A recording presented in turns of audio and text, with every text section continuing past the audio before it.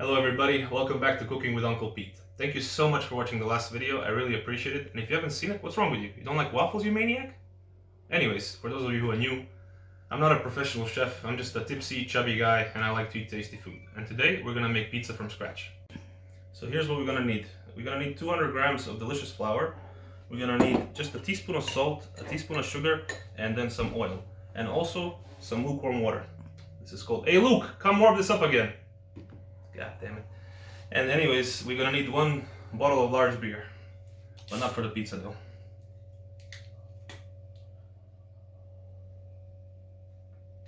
Let's get started. The consequences of drinking while you're cooking is that you forget the yeast. You will also need some yeast, and you need to activate it actually, that's the first step. So once your friend Luke actually heats up the water, you take the yeast and you drop it in the warm water, and then you take some sugar and you drop it in there as well. Oh fuck, was that salt? Was that salt? Now that you actually get the sugar, you just toss it in there. And then it's important to give it a little stir, and then you leave that in there to activate. It's gonna become all creamy and bubbly, and you know that's ready.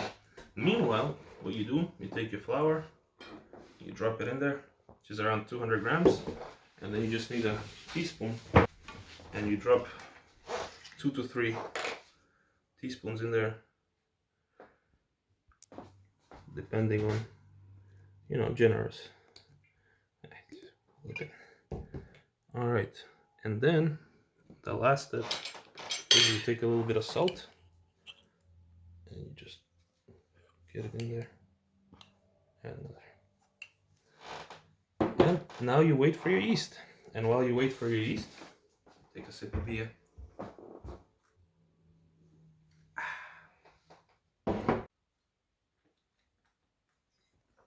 The yeast is ready.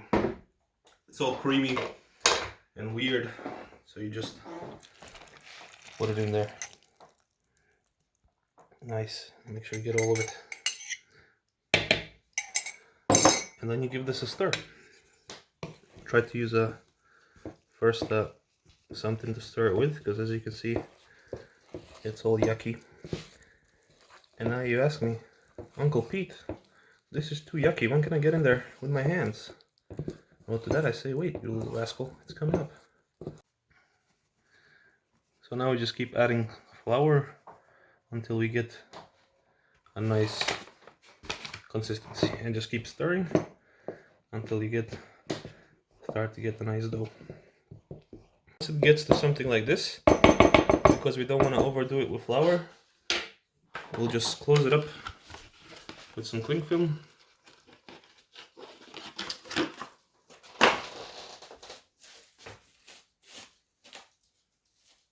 When you finally get the cling film open, you put it over, try to, and you cover it and leave it be for like 10 to 15 minutes, and we come back to it. So once you get to something like this, we are ready to get in there with our hands, the moment you've been waiting for. You can use the extra flour here and just pour it on a nice surface. A bit more. Just spread it out like that. And then you're ready to do this, you know? And if you're married out there or in a long-term relationship, enjoy this moment. I know it's not often that you get to squeeze things of this consistency. This is also a good recipe for people in long-distance relationships, you know? She can make this with her new boyfriend, and you can sit at home and cry and wonder why you ever trusted her. Take it from Uncle Pete, long-distance relationships don't work.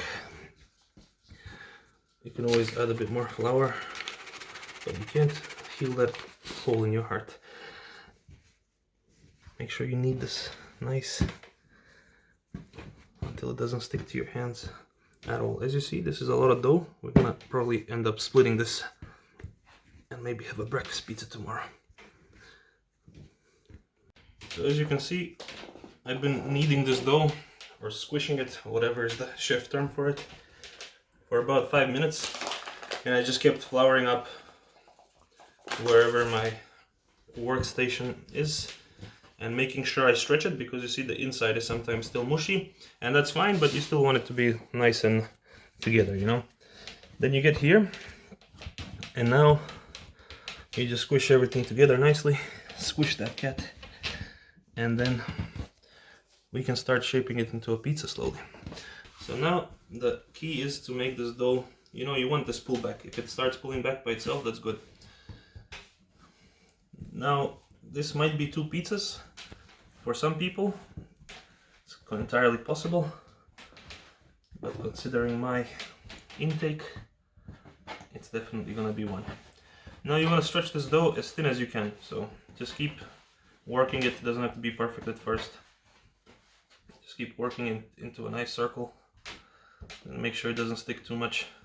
If you have a hole, plug it up, you know. You can restart even. You can use your fist if you're nasty. You know, whatever you can do to get the extra flavor in there. This is hard work, so take frequent breaks. Now, if you have a rolling pin, then I guess you have more money than me.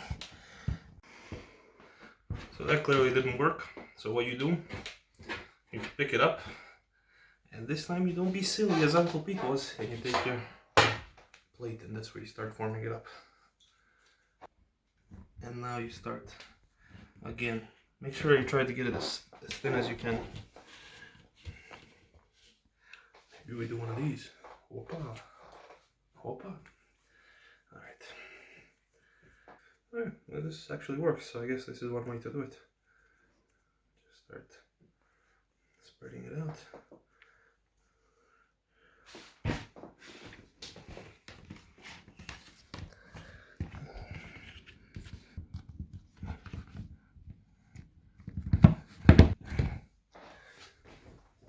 So there we go.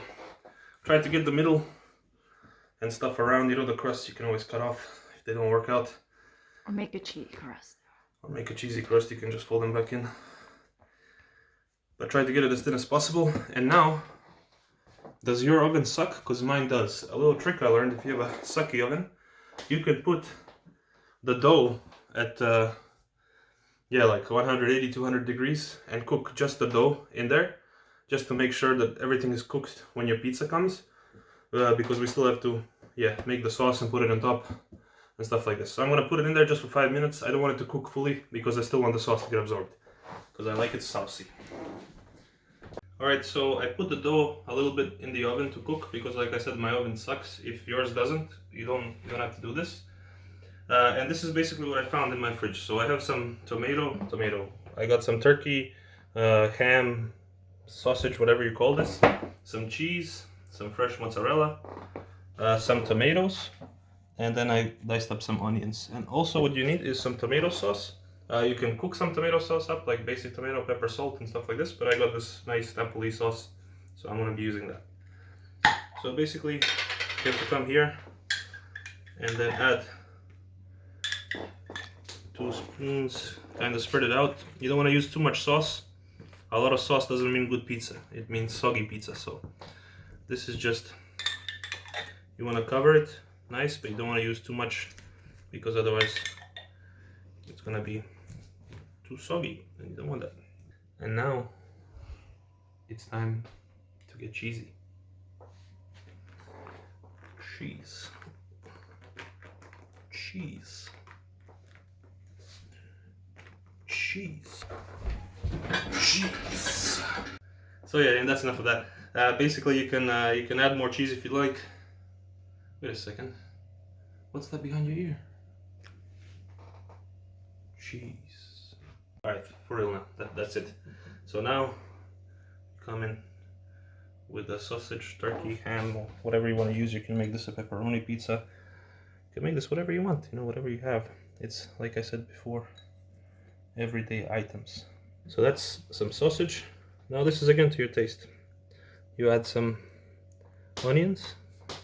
And now it's the pretty part of the pizza. So So you get some nice tomato slices. Get creative. I mean, you're an adult, you know what to do. Just spread out some tomatoes. If you don't like tomatoes, spread out something else. And then some fresh mozzarella cheese. Just nice and everywhere.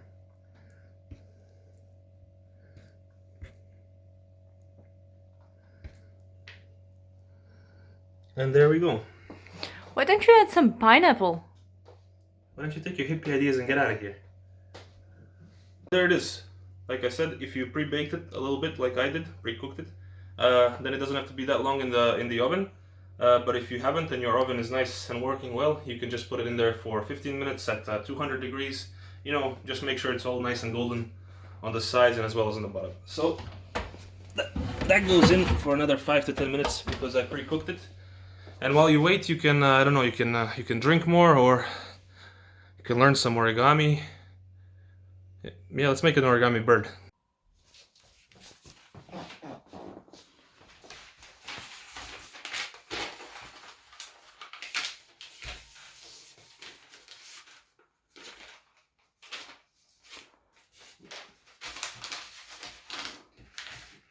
What the fuck is this? So once your perfect origami bird is ready, your pizza should be as well. So let's see how this guy turned out. Oh boy. There we have it. We're gonna transfer it to a plate, put some toppings, and try this bad boy. There you have it, guys. A perfect pizza. To be honest, this stayed a bit longer in the oven than I thought. So, you know, just use common sense and see if it's brown and if it's cooked from the underneath. Let me know in the comments what you want to see cooked next. Thank you so much for watching. Leave a like, subscribe. Let's try this bad boy. Ooh, cheesy.